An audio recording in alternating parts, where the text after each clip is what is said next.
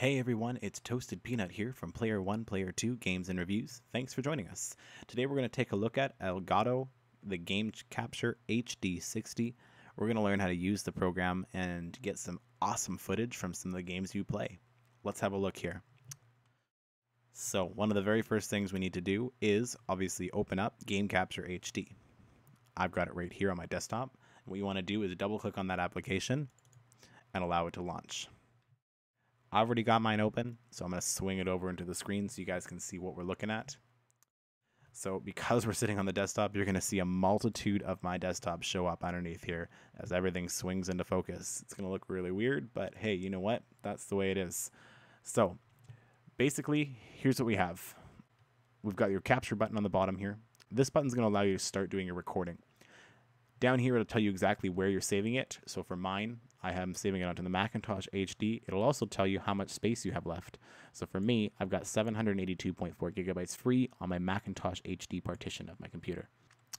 You've got your rewind, pause, fast forward, and a live. So you can go live and stream on YouTube, for example, right here. And this will also give you your recording megabytes per second, and also your video quality that you've set up.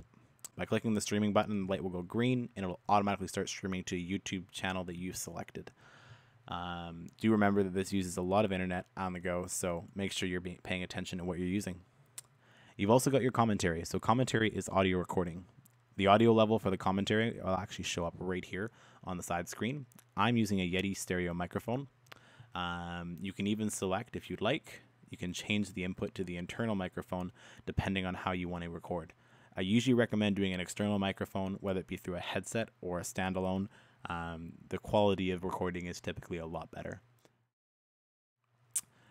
You have an option to reduce game sound. So if you're playing a game, you can automatically reduce the game sound when you're talking into the microphone so that you don't have that awkward, really loud game and really loud audio trying to play over top of one another and compete for the microphone.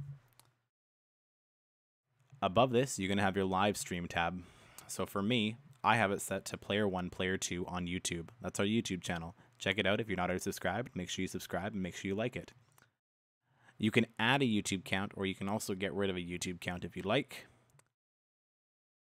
For this one here, the last video that I streamed or attempted to stream was the Horror Pit Dungeon Run in Skyshard that I put up probably about 2 or 3 months ago.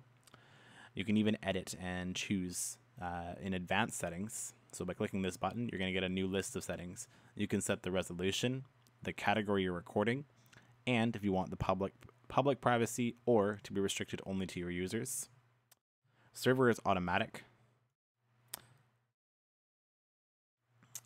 Above the live stream tab, you've got your game audio. So game audio is going to be based on what's coming from the actual game you're recording. Are you recording a lot of sound or recording a little bit of sound?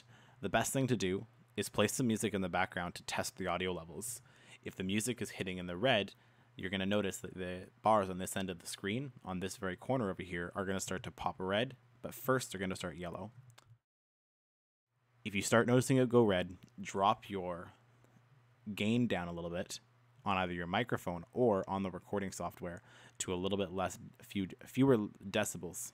This is going to allow you to allow a good solid amount of audio and to come into the actual game without distorting the sound. If you go too loud, you're going to find that you're going to run into issues such as loud crackling and popping in the microphone and in also your speakers when you're playing. So make sure you guys keep that levels nice and consistent, and you're going to find that you're going to have some beautiful videos recorded. Above this is going to list your device. So I'm using the Elgato Game Capture HD60.